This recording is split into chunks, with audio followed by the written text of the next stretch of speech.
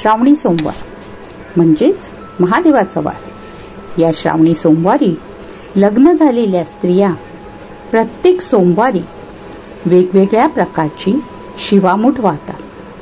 त्या शिवामुठीत कधी तांदूळ, कधी तीळ, मूग, जव आणि सातू यांची शिवामूठ वाहिली जाते आणि मग त्यानंतर महादेवाचे मनोभावे पूजन केले जाते। अशा या सोमवारच्या शिवामुठीची कहाणी आज आपण ऐकूया। आटपाट नगर होतं। तिथे एक राजा होता। राजाला 4 सुना होत्या। त्यातल्या 3 त्याच्या आवडत्या होत्या, तर एक नावडती होती। आवडत्या सुनांना तो चांगला प्रतिपाळ करी। नावडतीला जेवायला उष्टे, नेसायला जाडे भरडे दी, राहायला गुरांचे बेड दी। त्या नावडतीला त्याने गुराख्याचं काम दिलं होतं। पुढे श्रावण मास आला। त्यातला पहिला सोमवार आला। नावडती राणी रानात गेली होती। तिथे तिची नागकन्या व देवकन्यांची भेट झाली। तिने त्यांना विचारले, बाई बाई कुठे जाता? तर त्या तिला म्हणाल्या, महादेवाच्या देवळी जातो, शिवामूठ वाहतो। मग तिने त्यांना प्रश्न केला, यानं काय होतं? तर त्यांनी तिला सांगितले की भरताराची भक्ती होते, इच्छित कार्य सिद्धीस जाते, मुलं बाळ होतात, नावडती माणसं आवडती होतात, वडील मनुष्यांपासून सुखप्राप्ती होते। मग त्यांनी तिला विचारलं, तू कुणाची कोण? तर ती त्यांना म्हणाली, मी राजाची सून, तुमच्या बरोबर येते। आणि मग ती त्यांच्या बरोबर देवळात गेली। नागकन्या, देवकन्या वसा वसू लागल्या। नावडती म्हणाली, काय ग बायांनो, कसला वसा वसता? तेव्हा त्यांनी तिला सांगितले, आम्ही शिवामुठीचा वसा वसतो। मग तिने त्यांना प्रश्न केला, या वशाला काय करायचं असतं?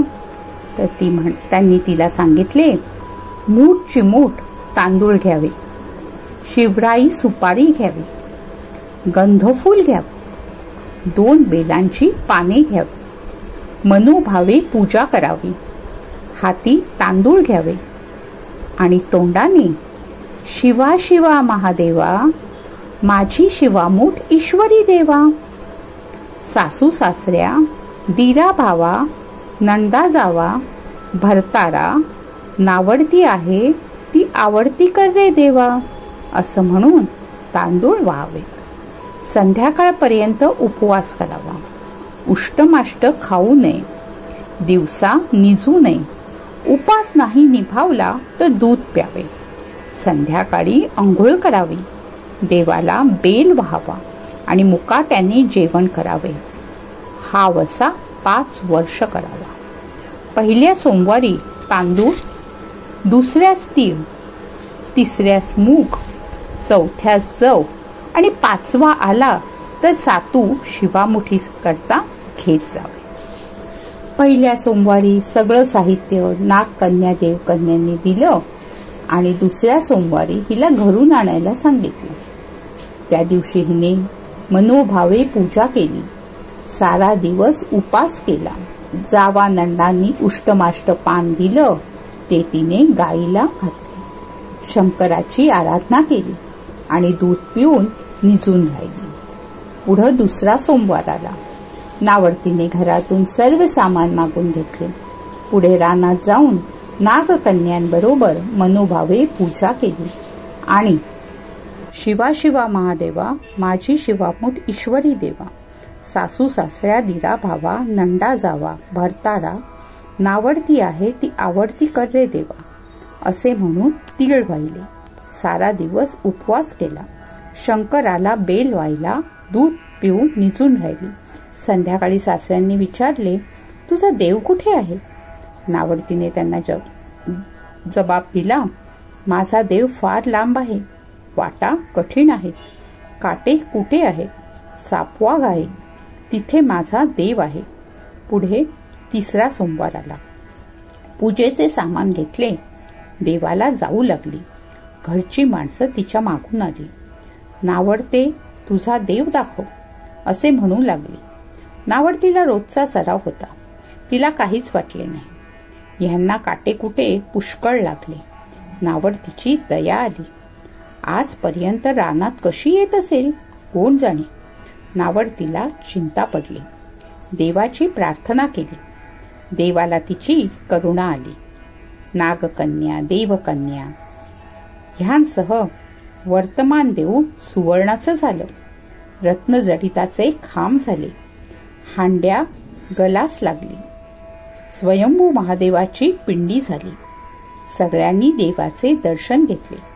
नावडती पूजा करू लागली. गंध फूल वाहू लागली. नंतर मूग घेऊन शिवा शिवा महादेवा, माझी शिवामूठ ईश्वरा देवा, सासू सासऱ्या, दिरा भावा, नंडा जावा, भरतारा नावडती आहे ती आवडती कर रे देवा असं म्हणून शिवाला वाई. राजाला मोठा आनंद झाला. नावडतीवर प्रेम वाढलं. दागिने ल्यायला दिली. खुंटीवर पागोटे ठेवून तळ पाहायला गेला. नावडतीची पूजा झाली. पूजा झाल्यावर सगळी माणसे बाहेर आली. इकडे देऊळ अदृश्य झाले. राजा परत आला. माझं पागोट देवळी राहिलं. देवळाकडे आणायला गेला तो तिथे एक लहान देऊळ आहे. तिथे एक पिंडी आहे. वर आपण केलेली पूजा आहे. जवळ खुंटीवर पागोटा आहे. तेव्हा त्याने सुनेला विचारले, हे असं कसं झालं? माझा गरीबाचा हाच देव. मी देवाची प्रार्थना केली, त्यांनी तुम्हाला दर्शन दिलं. सुनेमुळे देव भेटला म्हणून तिला पालखीत घालून घरी आणलं. नावडती होती ती आवडती झाली. जसा तिला शंकर प्रसन्न झाला तसा तुम्हा आम्हा देखील हो. ही 60 उत्तराची कहाणी 5 उत्तरी सफळ संपूर्ण.